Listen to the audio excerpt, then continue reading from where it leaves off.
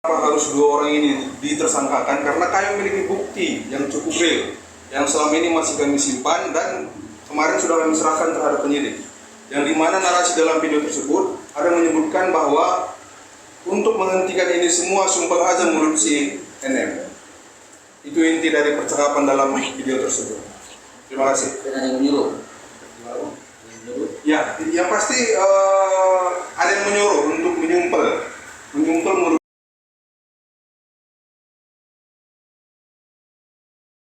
si NM dengan uang. Oke, sekian, terima kasih. Baik, jadi rekan, perlu kami tegaskan bahwa kita ini jangan lagi menggiring-giring, ya. Laporan dari klien kami dengan nomor LP 7355 tertanggal 3 Desember 2004 adalah dengan persangkaan pasal 368, ya, kemudian 27D ayat 2, kemudian pasal 345 Undang-Undang TPPU. Nah, artinya persangkaan pasal inilah yang sedang diproses oleh penyidik. Tapi kemudian yang kami sekarang ini heran, kenapa terus digiring-giring dengan persoalan produk-produk yang berbahaya.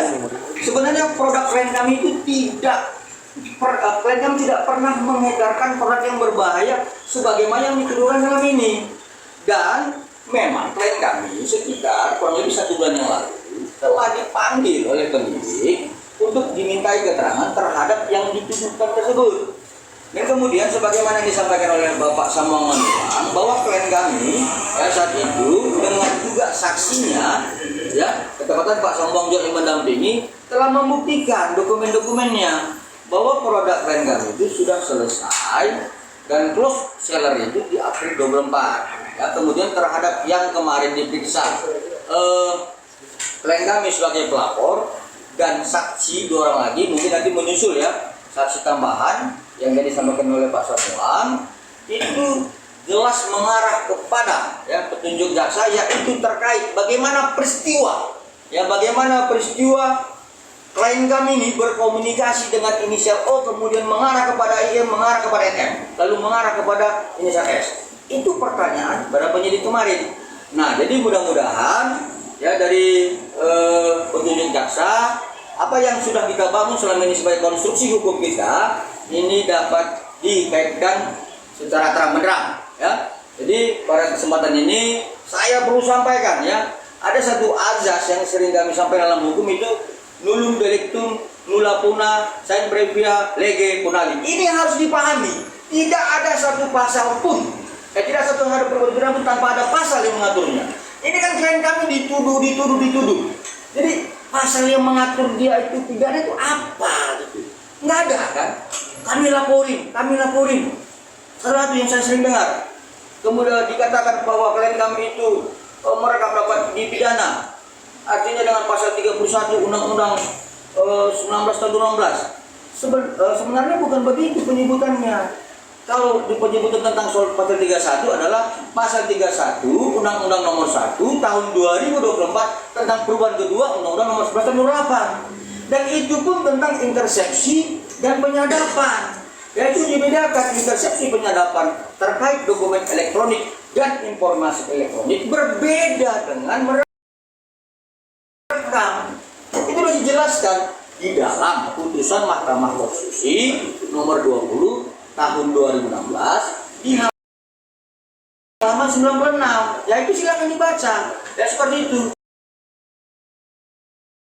Dan juga saya perlu tegaskan bahwa terkait klien kami ya yang ada di Medan ya, ini kan sudah dokter S ini sudah tersangka gitu. Lalu disebutkan mana boleh itu dokter melakukan justice dan sebagainya. Silakan laporkan klien kami, tidak ada pasal mengatur itu tentang pidananya. Silakan laporkan. Jadi begini, kami advokat. Ya, kami advokat. Jadi kami ngebacotnya pasal gitu. Pasal ya balas kami dengan pasal. Jangan ngebacotnya yang lain gitu loh. Ya, jadi pada prinsipnya kami tidak mau lagi ribut-ribut di media sosial. Ya, bahwa kami sedang memperjuangkan hak klien kami berdasarkan surat kuasa yang diberikan kepada kami. Jadi kita tunggu dari proses hasil penyidikan dari pihak penyidik Polda Metro Jaya yang kemarin. Ya kita lihat apakah nanti akan ditambah lagi tersangkanya atau tidak? Ya tunggu. Ya, tetapi kami tetap bertahan dalam konstruksi hukum yang kami bangun sebelumnya. Demikian. Tapi demikian. Ada yang mau tanya, kawan-kawan? Bang, terkait dokter Ko tadi apa? Punya bukti nggak bang berupa video atau Ya, jadi terhadap inisial U kita sudah serahkan satu bukti berapa tadi sekolah? Ada 25 tambahan bukti lagi, ya, yang berkaitan dengan pertanyaan penyidik. Seperti itu, ya. Ada lagi? Bang bisa dibilang dokter Ko itu adalah dalam tadi bang? Nah, itu wewenang penyidik. Ya, kita tidak bisa menyampaikan seperti itu, tetapi yang pasti ada satu pertanyaan, beberapa pertanyaan berkaitan ya, tentang bagaimana kemudian klien kami ini berkomunikasi diarahkan dan sampai kepada NM dan juga sampai kepada inisial S. Itu kepada pertanyaan seperti itu. Nanti biarkan penyidik yang punya wewenang untuk menentukan dalam gelar perkara lanjutan ya. Lagi? Pak, pihak sebelah sana kan masih merasa semestinya rekaman-rekaman itu tidak harus beredar ya Pak. Oke. Kalau dari sisi hukum sendiri rekaman itu bisa menjadi alat bukti atau penyadapan atau dianggap menjebak gitu Pak. Jadi begini, di dalam Undang-Undang ITE ya nomor 28 kembali pasal 5, hal ini memang betul-betul menjadi satu persoalan ya. Tetapi kemudian berdasarkan putusan Mahkamah Konstitusi nomor 20 tahun 2016 seperti yang saya sampaikan tadi, yang dapat dipidana itu adalah barang siapa yang melakukan ya intersepsi, penyadapan, dokumen elektronik ya dan informasi elektronik itu dapat dipidana. Seperti itu. Jadi begini, handphone saya ini disadap, bukan direkam, disadap, ditersepsi oleh yang bukan penegak hukum. Seperti yang bukan kejaksaan, bukan penyidik, bukan KPK, tapi orang lain, itu dipidana. Tetapi merekam itu dengan frase yang lain disebutkan, itu di pasal di halaman 96, silakan dibaca, ya kawan-kawan ya.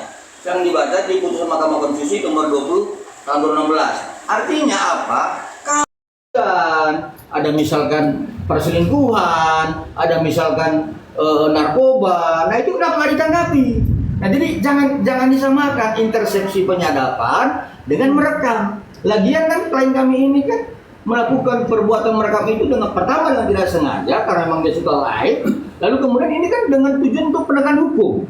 Ya, tapi kalau juga pihak sebelah sana keberatan terhadap hal ini, laporkan saja gitu. Kami akan hadapi. Ya seperti itu. Ada lagi? Ya, aman bang. Cukup bang. Bang, untuk dia sendiri bisa sekali gitu. Jangan. Jadi punya. Anggir. Oke.